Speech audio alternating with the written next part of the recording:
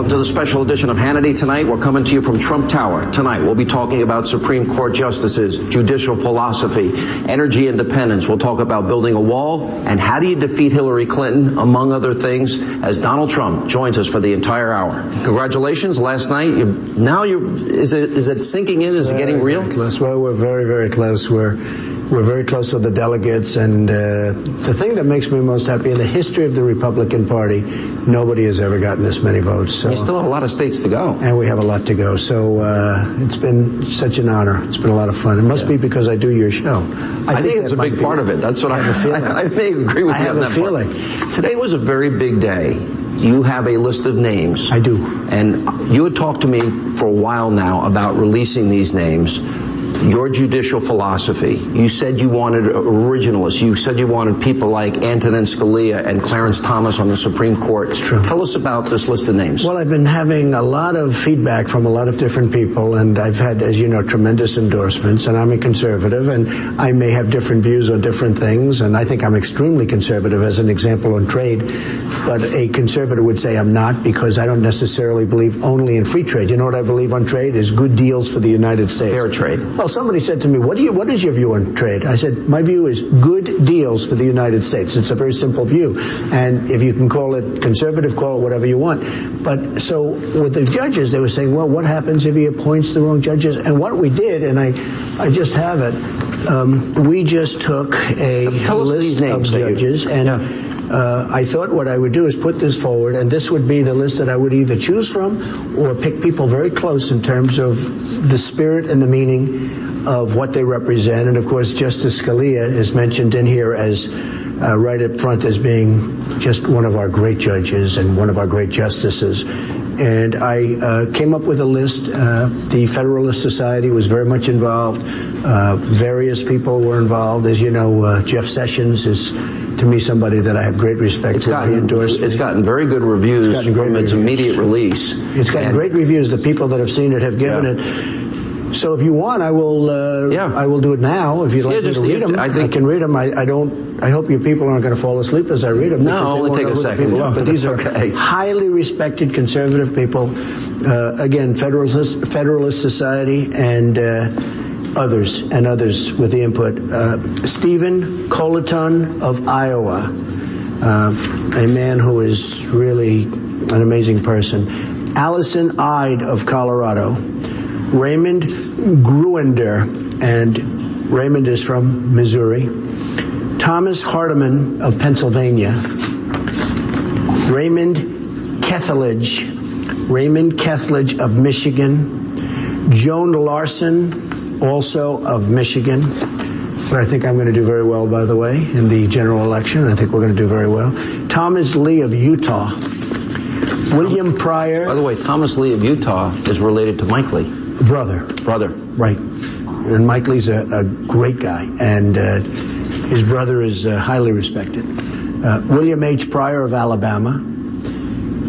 David Strauss of somebody that a friend of mine who's a great lawyer said this is a fantastic man. David Strauss of Minnesota. Diane Sykes of Wisconsin. Don Willett of Texas. And that's your list. And we're going to either choose from this list or people very close to it in terms of their... So this is your judicial philosophy. Yes, that's right. You know, one of the things I think people had questioned, I had interviewed you a lot during this process, and you gave me very specific things. And one of the top things I would ask you often is your judicial philosophy. And you mentioned, as I said, Scalia and Thomas. They are what we call originalists, right. Constitutionalists. Correct.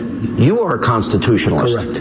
Correct. And I want high intellect. I want great intellect. These people are all of very high intellect. They're pro-life. And so that's my list. And we are going to choose from, most likely from this list, but at a minimum, we will keep people within this general realm. And again, I have a lot of people that are conservative that really like me, love everything I stand for, but they really would like to know my view, because perhaps outside of the defense of our country, perhaps the single most important thing the next president is going to have to do is pick Supreme Court justices. This will have an impact for generations to come. Oh, generations. And I will say, if Hillary Clinton, who is doing very poorly, in this whole rigged system that Sanders happens to be in. Yeah. But if Hillary Clinton, for some reason, wins, your country will never be the same, because she's going to put disasters on the Supreme Court. So these are the names. This is interesting, because I think there might have been some people. I've talked to people on the radio show, and some people said, well, Donald Trump's a recent convert to conservatism. And I asked you very specific questions. For example, you say you want a balanced budget. You actually told me once it's immoral to steal from our kids. Well, I do want a balanced budget, and we could do it a lot quicker. I mean, I've heard people say, we'll balance the budget within 20 years. I'm saying 20 years? What are you talking about? I do want a balanced budget. And you have to understand, I was born in New York, and I really started my business, I was in Brooklyn and Queens with my father, but I moved to Manhattan, and I started doing very, very well in Manhattan. And if you look at the statistics on Manhattan, whether you like them or don't like them, it's very liberal, it's very Democrat, and I think that, probably a lot of people feel because I come from essentially Manhattan, I would be that way. And I wanted to put this list out because I wanted to quell any fears that people may have. I mean, this is a list of people that I got them from people I most respect. And you vetted each one. You almost did it like a job interview. Well, I vetted, but to a much greater extent, the Federalist Society vetted and has tremendous respect. Heritage has looked at it, who I have great respect for. And I know Senator Sessions has brought the names around to different people in the Senate, and people have seen the list. I mean, people have seen the list, but you're the first one that's seen it publicly. Yeah, this is, I think, the most important thing is you now transition to a general election. You talked about very specific things, and I think when you look at all the exit polls, and 65% of Republicans feel betrayed by the Republican Party, that they haven't kept their promises. I felt betrayed. I felt one of the betrayed reasons too. I'm doing this. I mean, I had a very nice life. I had a very simple life. I have this great company. I have a wonderful family. I complicated my life, that I can tell you, although I'm having a good time doing it. But it's not really your bottom line. I noticed your financial statement. You're still doing okay financially. We're doing well. We put in our financials 2 days ago, and people are seeing I built a great company. That's why I'm saying, people are saying, why are you doing this? You're at a point where you can just take it nice and easy and go to Turnberry in Scotland and go to Doral and do all these things that you want to do. But I'm doing it because, I'm putting back. I want to put back. You want to give back. I want to give back, put back. What I want to do is make America great again. The theme is such a great theme. And I didn't even realize it was that good until I started really getting out there. And I add to it, and it's called America First. We're going to put America first. On trade deals, it's like we make deals, they're so bad. They're so inconceivably bad. And I said, no.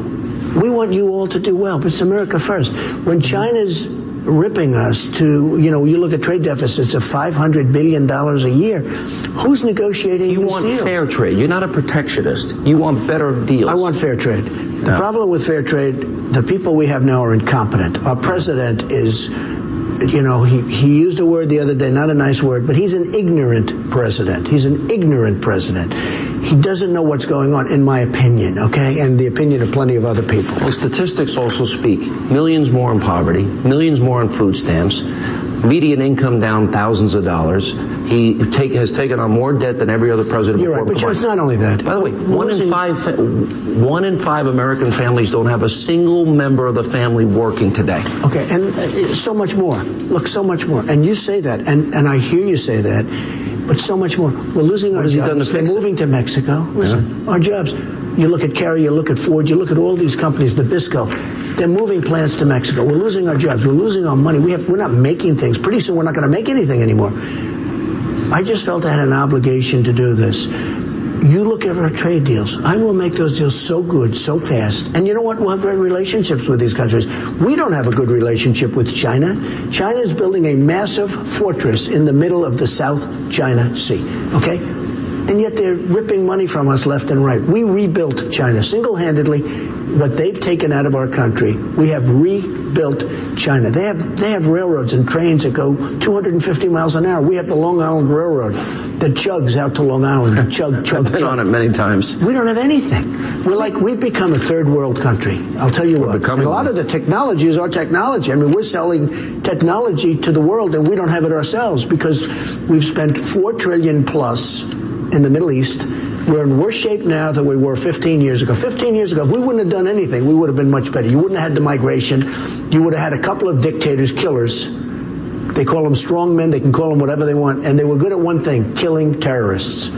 And right now, you look at Iraq, that's like Harvard for terrorism. I want to stay on this focus, though, because you made a promise to release the names so people would know your judicial philosophy. That's right. You're making a promise to balance the budget. You're making a promise to build the wall. You made a promise you're going to repeal Obamacare 100%. and replace it with? Choice. Replace it with? By the way, you don't even have to repeal it. We're going to do it before it happens. It's falling in 17, it's going to implode. And in fact, on November 1st, new numbers are coming out. Right before the election. They're trying to change the date. They want to make it after the election. And it's going to show the increase necessary to sustain Obamacare. And it's going to be massive. Everyone's talking about it. Are these promises? Don't let anybody change that date. And you want to replace it with health savings accounts, maybe? Yes, but there's so many other things. Just so you understand, once we get competition going with free enterprise, where the insurance companies actually have to go and compete instead of having states as a monopoly, you get rid of the borders, you get rid of the lines, right, where they can't go outside. Once we get rid of that, and they almost had it this time, they could have had it this time, and you would have seen such competition, there will be plans, healthcare plans, that you never even heard about, that haven't even been thought about right now. There will be such competition. It'll be a beautiful thing. The numbers will go way down. First of all, Obamacare is no good. The premiums are through the roof. But have you looked at deductibles lately? It's huge. Unless you're dead or in the process of almost death, you can't use it. What I'm trying to get to is, with the release of these names, that was a big promise. Balancing a budget is a big promise. Building a wall is a big promise. Repealing Obamacare is a big promise. I understand you're giving a speech next week on energy independence. Right. That's a big promise. In North Dakota. Building our military, taking care of our vets, those are big promises. Ending Common Core. So my question is, on those agenda items that you have told me about in our interviews, how rock solid are those promises for the people that may be on the fence, that want to know you're going to do those things? I want to get it all done. You want to get it all done? Our military, I saw a show the other day, perhaps not even on the Great Fox, but I saw a show the other day where our fighter planes are so old that they go to junkyards to get parts. They call them airplane graveyards, to take parts off old planes that haven't been flown in 25 years. They're taking parts off these planes and trying to put them on and fix them on our fighter jets. We are really in trouble. Our military is so depleted. We got to take a break. We'll come back. More with Donald Trump. We'll talk about Hillary Clinton, the New York Times, and all the other issues that are now facing the country as we continue with Donald Trump from the hour, from what I guess is the Trump War Room. Straight ahead.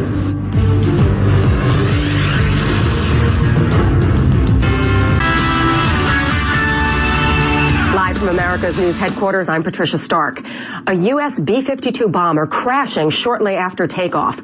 The U.S. Air Force saying it happened on Guam. The 7 crew members all made it out safely. The bomber was deployed to Guam from Minot, North Dakota, as part of the military's continuous bomber presence in the Pacific.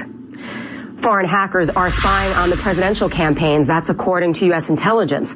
James Clapper, the director of national intelligence, says his agency is now working with the FBI to help campaigns tighten their security. The Republican-controlled House passing a $622 million bill to battle the Zika virus. The move setting up a challenge with the White House, which has been seeking a $1.9 billion to fight the virus. Zika, which is spread by mosquitoes and sexual contact, can cause severe birth defects.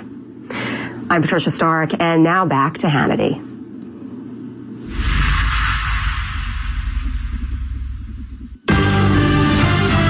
Welcome back to Hannity as we continue for what is now the Trump War Room within inside of Trump Tower. Donald Trump is with us for the hour. I watched your daughter Ivanka this morning, and she had to say, "My dad's not a groper." Now, this is referring to a New York Times hit piece. I have in the last 3 days interviewed 3 people that know you well, 2 that were featured prominently in that piece. We have Roanne Brewer Lane, Carrie Prejean, and a woman that actually came from war-torn Bosnia that worked for you and was a vice president for you, Sanada Adzom. Right. 3 women. They were absolutely livid at the New York Times piece. We now discovered that this particular writer had been tweeting negative things about you. This is supposed to be the paper of record, 20 pages, and it's now been completely debunked. Does that anger you? Well, first of all, I have to thank those women, Roanne and Carrie and all of them, because they were written about, and they the were girl furious. from Utah too. And usually, and the girl from Utah has just they said I kissed her on the lip, I guess in front of her parents, with thousands of people, and now she's come out and said this is crazy.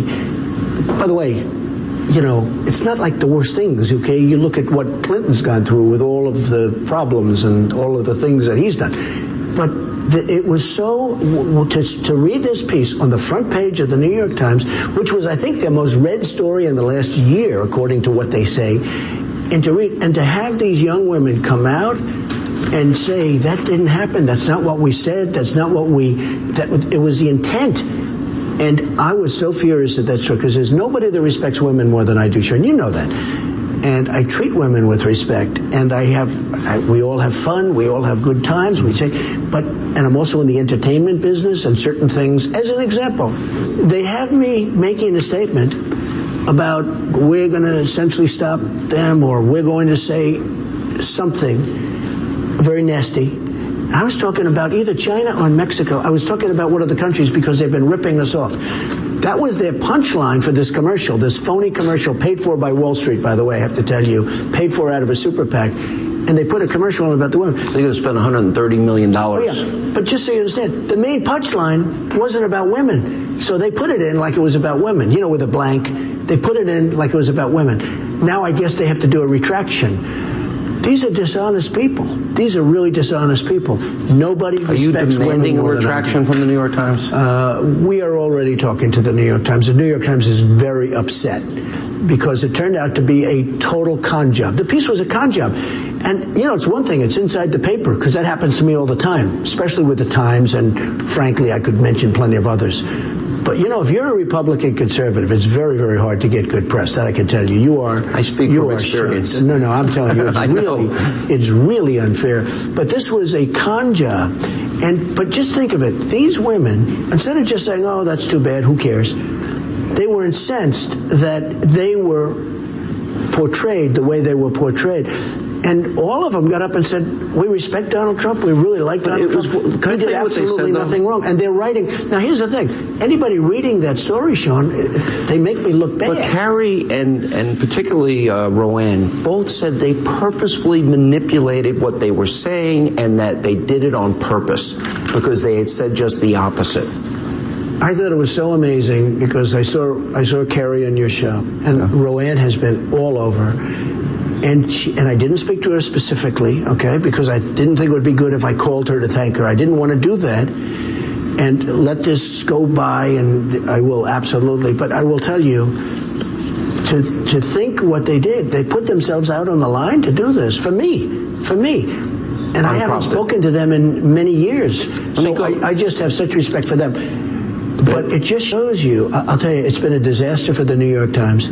Because the New York Times is a whole big con job. But this is going to be the campaign. The Clintons are known for being very dirty. But the good thing about this sets the table. This sort of sets the stage. People have seen this. People have seen Carrie. They've seen Roanne. They've seen others now that are coming forward that were mentioned in that story, which frankly wasn't even that bad. If you want to know the truth, it's not like I hope that people that haven't read it. It was 20 pages printed. No, but I mean, in one case, I don't know, it's like minor stuff. I said to one of the women, I said, don't eat, you shouldn't have a piece of candy.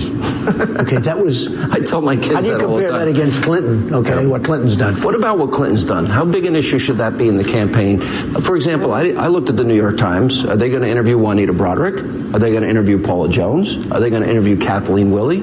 In one case, it's about exposure. In another case, it's about groping and fondling and touching against a woman's will. And rape.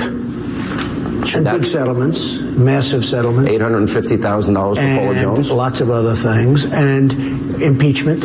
for lying, smearing, besmirchment and of women. losing your law license. You know, he lost his law license. Okay, couldn't practice law.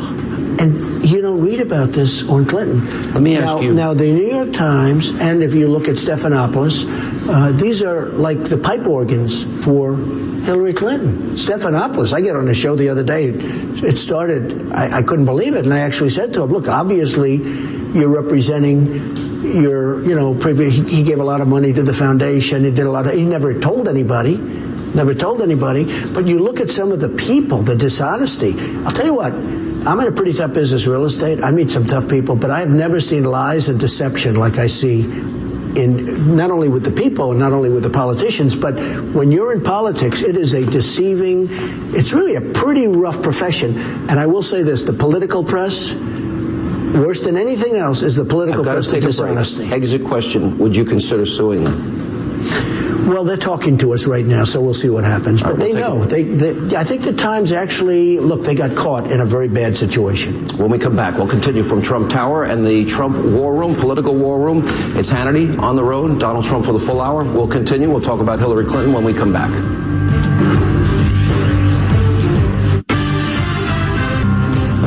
And welcome back to Hannity as we continue from Trump Tower. This is sort of in the bowels of the building, inside the war room that they've set up for the election, and Donald Trump's with us for the hour. All right, everyone's wondering who's on Donald Trump's short list for VP. You got to give us a hint. Give us something. Look, I have 5 or 6 people I really like, I respect.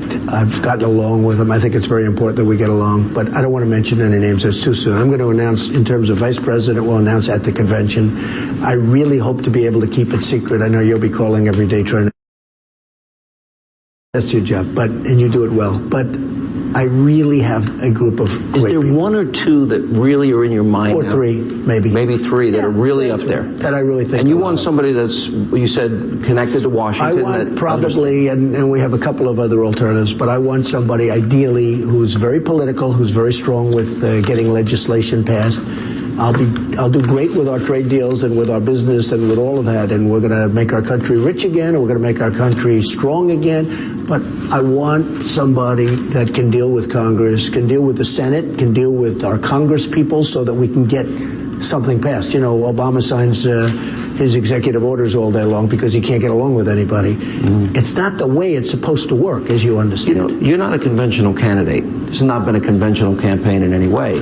I asked you the last time you were on about a potential team of rivals. Look at the people. Rick Perry endorsed you on my show. Bobby Jindal. Jan Brewer. What about announcing some other positions? Secretary of State, Secretary of Defense. We may do that. And Security. And some of the people on that list, not all, would be fantastic when given the right. I mean, I've seen Rudy. Rudy's been a fan for a long time. Newt has been incredible. There's no lack of ideas coming out of Newt Gingrich. They come 24/7. He's a great guy. Let me go through the scandals, because you said about Hillary, she's totally controlled by Wall Street. You've got the Clinton Global Initiative, literally, they're funneling money to a friend. That broke. You obviously have the email server scandal. You've got the Benghazi scandal. You have the abuse of women scandal. She said that she is going to appoint Bill Clinton to run the economy. Isn't that the job of the president? Bill Clinton is the one that signed NAFTA. In the history of our country, that's been the worst trade deal ever. Isn't that her job? What that has done to this country, that has cleaned out our factories. I mean, hey, look, I've just gone through New York. We won in landslides, New York and Maryland and Pennsylvania and Connecticut and all of these places. And I've toured them because, I wanted their votes and they were all great. They have been cleaned out, 50% down with manufacturing, almost every one of them, 45 to 50% down.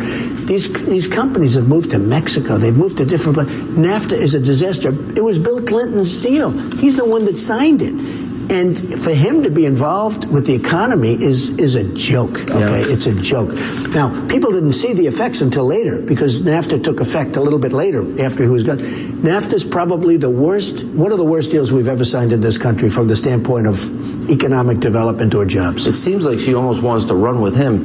But let me ask a more important question. The Clinton Foundation, beyond funneling money to a friend labeled by the Secret Service Energizer, special friend of Bill's, but a more important issue. You talk about abuse of women. You've talked about their personal lives. You talked about the smears money from Saudi Arabia. Saudi Arabia doesn't let women drive. They can't vote. They can't go out in public without a male relative. They have to get permission to go to school or work, and women are told what to wear.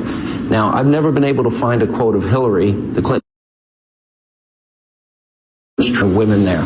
But you have other cases, and you have many other cases in there, and, you know, they talk about women and the abuse of women, and forget about them a lot of their money. So, and what did all of these, and here's the big question, what did all of these places where they give millions of dollars for speeches, what did they get? And they got a lot, and you know that, and everybody knows so in other words, that, and everybody knows so in other words, they're buying influence. Well, the press isn't covering it. I mean, to me, that's possibly, I don't know, the email to me, these, you know, when you talk about, did all of these countries and others get in return for paying millions of dollars for speeches? They got a lot. We'll take a break. We'll come back. More Donald Trump. When we come back, believe it or not, the president threatening to veto a bill that would allow the victims of 9/11. Continue.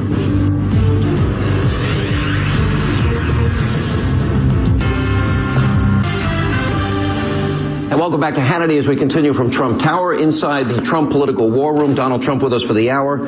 You are getting very close. These polls are neck and neck with Hillary Clinton. Now, Hillary Clinton lost West Virginia 51-36. You have talked about the system on the Democratic side being rigged. Okay, so Bernie Sanders wins 18 delegates, she wins 11. But then you had the superdelegates. He won 51-36. He got 19 delegates. Hillary got 18. It's a rigged system. That's corrupt. I have to say it was rigged on the Republican side. The only way I could win was winning in landslides, and I had so many landslides that, you know, I ended up winning. But if I didn't, if I was winning close races, there was no way I could have won. Now, the Republican actually was more sophisticated because they don't do the superdelegates. With the Democrats, they do superdelegates. It's so obvious. West Virginia is very interesting because Hillary Clinton, no miner or no steelworker could ever vote for Hillary Clinton. She said she's going to put the mines out of business, and she's going to put the miners out of business. She's going to put them out. She's going to get rid of the. And then that was a week before. I don't know what happened to her, how she says a thing like that, but she said we're going to put the miners and the mines out of business. And then she goes into West Virginia and she gets killed. She gets actually. And she got half the delegates.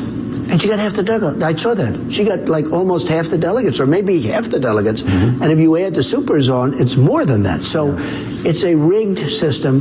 And I'm no fan of Bernie, but I will tell you, he is not being treated fairly. You're going to give this speech on energy. I think energy independence is a key to jobs, and I don't want to be dependent on countries that hate our guts for oil. 100%. Is it going to be coal, fracking? It's going to be coal. It's going to be fracking. It's going to be nuclear. It's going to be everything. It's going to be everything. It's going to be everything. All right, let me ask you this question. Obama has been taking shots at you. Took a shot in the commencement speech this weekend. What do you say back to him in terms of the job that he's done, in your opinion? You know, it's interesting. I have somebody that knows him very well. And 4 years ago, I was thinking about running. And my friend said he was obsessed with Donald Trump running, that he thought it was going to be, he just was obsessed with the fact that Trump, and I decided not to do it, and I decided to do it this time. I don't know if that was a good decision or a bad decision. I think it was actually, I think we're going to do great this time. I think I would have beaten him last time, frankly, had I decided to run. But he is now, I'm definitely on his mind. I mean, every time he speaks, he mentions my name, which is an honor. I think it's probably not a bad thing. Let me go to Hillary. She keeps saying, I know you released your financial statements again. She wants your tax returns. Yeah. You have talked about her connection to Wall Street and big banks. She has given speeches where she has made in 1 hour more than what Americans, the average American, will make in 5 years economically. She won't release her speeches. Well, they just announced they made like $7 million just now, just for making some speeches. Look, first, my tax return. I'm under a very routine audit, and you saw my tax returns. They're if you put them on the floor, they're up to here. Very complicated, but a routine audit. And I have for 15 years I've been audited. It's very unfair. I mean, I'll be honest. It's because I have very rich friends that never get audited. So, and I hope it's going to be before the election. I want to do it. But no lawyer. In fact, I was interviewed by Greta, who you know very well. She's a lawyer. She's a friend. Supposed to be a very good lawyer. She said, well, I happen to agree. There's no way anybody that's under audit routine audits is standard in, with the IRS, but there's no way that anybody under audit could release them until the audit's finished. Greta said that. Here's the thing. Hillary, now I understand they're missing 30,000 emails. 30,000. She said they had to do with the wedding. Okay. So she said yoga, a wedding, a funeral, and emails to Bill, but Bill doesn't email. So for her to be talking about tax returns, where, by the way, you learn nothing. Do you want those speeches out? Should she release them? I think the speeches should be released, but I don't know, what she's doing. I know what you're probably going to see is really, really negative statements having to do with who she's running against right now, Bernie. Because I would imagine she made very positive statements toward Goldman Sachs and all the people that paid her all this money. She wants their money. I mean, she wants this money. And she doesn't want people to see those speeches because if you listen to her, she's going to protect everybody from the big, bad banks and the investment bankers. And then if you see the speeches, they'll say, wow, she's not protecting us at all. But listen, how can she be asking for anything when they're missing right now 30,000 emails, when she's under FBI investigation for being essentially a very dishonest person? I don't even know how she can run. Honestly, people have been destroyed. Their lives have been destroyed for doing a tiny fraction, Sean, of what she's done. We know, look at David Petraeus. Look at Petraeus, look at many others. And it looks, by the way, it looks like she's being protected by the Democrats. I mean, it looks like she's being totally protected. I don't know when this is ever going to end. This is the longest investigation ever. Let me ask you about Mitt Romney, Ben Sasse, Bill Kristol, and then to a lesser extent, Jeb Bush and Lindsey Graham, who didn't keep their promise to support the nominee. But those three in particular, Romney and Sasse and Kristol, keep talking about a third party. Wouldn't that elect Hillary? Well, the judges that I just went over with you will never be on the Supreme Court. That I can tell you. And with me, they will be on the Supreme Court. And, we could get 3 to 5. It could even be 5. Somebody said probably 3, could be 4, could be actually 5. You will never see judges like I just got Federalist Society. Great. Everybody respects it. The list has gotten rave reviews. I don't know if you've seen that, but it's gotten rave reviews. Yeah. Those judges, you can forget that. They'll never be on the Supreme Court. Or judges like them, never be on the Supreme Court. Now, Sasse, I don't know. But I had a huge victory in Nebraska recently. You saw that. And he was condemned I won everything. 400 to 8 in his and own he was state. Just condemned by the party in Nebraska. But I had a huge victory in Nebraska. I don't know him. I never met him. He might be a very nice guy, but I watched him on television. The level of hatred was incredible. I never met the guy. Very important. Mitt Romney, look, he lost last time. He should have won. When he was going to run, I was very tough on him. I said, look, he choked. He's a choker. He choked. And I said very loud and clear, you can't let him run again. He should have beaten Obama. That was an easier race, in my opinion, than this race, okay? It's all about electoral votes now. You need to get to 270. You've been through all of these states now. What states will Donald Trump put in play that maybe somebody else wouldn't? So if I run, we're going to have a lot of additional states.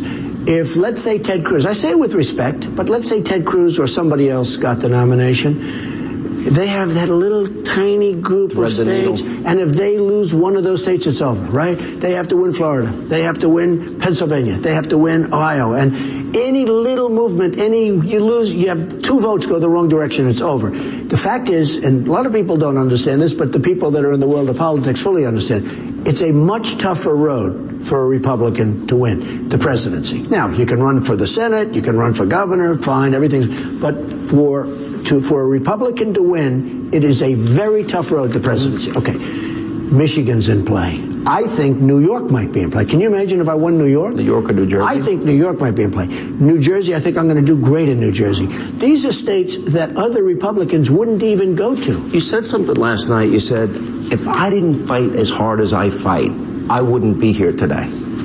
Well, I think that's true. Is that the same for the general? No, You'll fight that hard? It's the same. Well, look, no, you have to be true to yourself. I mean, I was a good student. I'm like a smart person. And, you listen to things. It's so tough. If you're a Republican, especially if you're a conservative Republican, what you go through is incredible.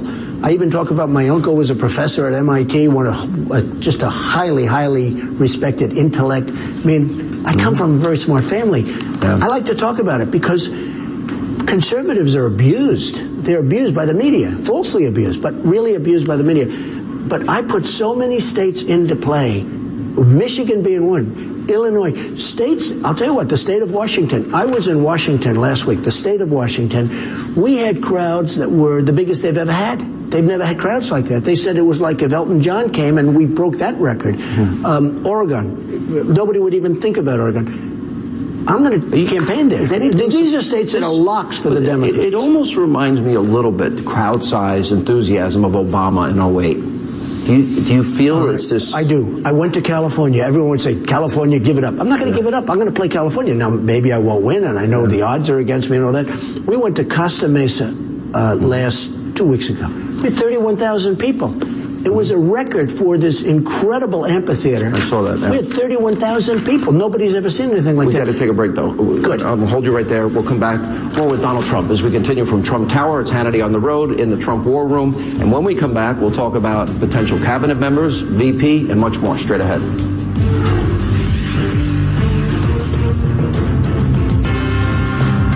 Welcome back to Hannity as we continue from Trump Tower. Donald Trump with us for the... All right, so there's a bill passed unanimously because we have these 28 redacted pages from the commission report on 9/11. It appears that the Saudis had connections to and may have financially assisted those people that attacked our country.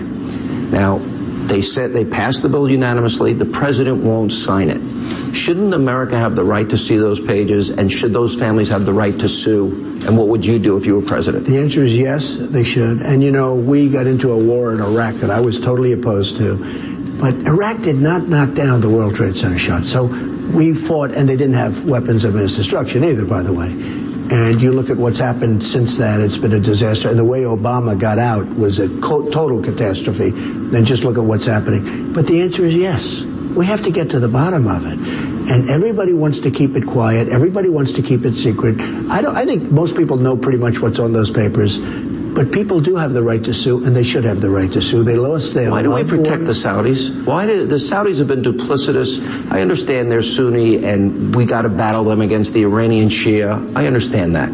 But don't we need to hold them accountable a little more than they've been held accountable? Well, I look at it also differently. We protect the Saudis. We protect many countries. We're the military for many countries, and they don't pay us, and they don't pay us what they should be paying us. Do you know what the difference of our country, if somebody like me can go in and very nicely say, folks, you got to pay up, because the Saudis wouldn't be there for 2 weeks if we weren't there protecting them. And they're driving the prices of our energy down to drive our fracking business out of business. Or whatever. Maybe they are, maybe they are. I really don't know that for a fact. I mean, a lot of people think that. But I will say this.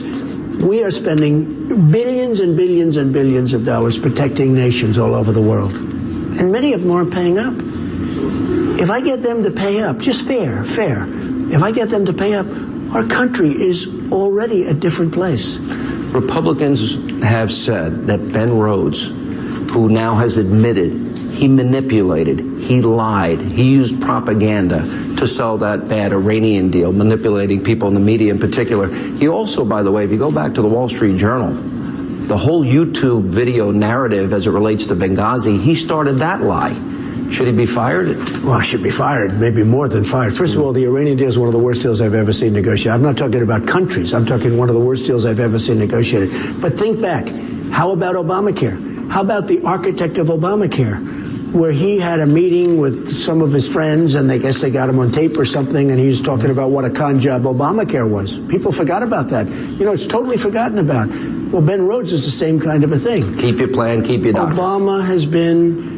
truly, you could say one of, but I think you could almost say, I think he's now superseded Jimmy Carter as the worst president in the history of this country. Yeah.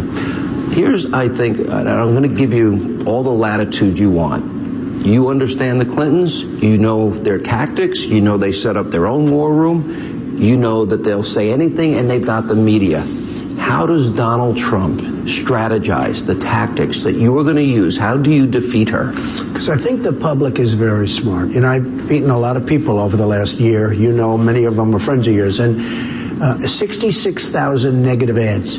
And the public got it. They understood. A lot of them were false. Most of them were false. Some not so bad. But many of them were false. And I won Florida in a landslide. You've never seen so many ads. I won Florida. I won so many places. Landslides. All of them landslides. Indiana, landslide. If you went to Indiana that last week, there was nothing but negative ads on Donald Trump. they're going to go after me, and I'm going to go after them. And if she gets in, I think our country will never recover. They'll never be able to recover. And I'm not only talking about Supreme Court justices. I'm talking about the whole. And honestly, she can't negotiate with the Chinese. She can't negotiate with Japan. She can't negotiate with Vietnam. It's not her thing. It's not her thing. Number one, she won't want to do it. And number two, I don't even know if she knows it's a real problem. And it'll basically be 4 more years of Obama and maybe worse. And I think that's why I should win. Is it sunk in?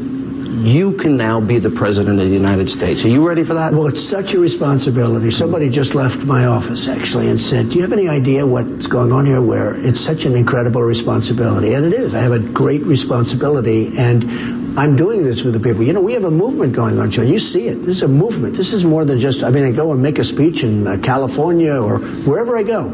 Illinois. Who's going to build the wall? Well, no, it's who's going to build the wall. We're going to build the wall. Believe me, Mexico is going to pay for the wall. But I'm saying the crowd. It is a movement, and it's a beautiful thing to see. These people, the people love this country. Yeah. Mr. Trump, thank you. Thank you very much, Good to see you again. Thank you. Appreciate it. Thanks.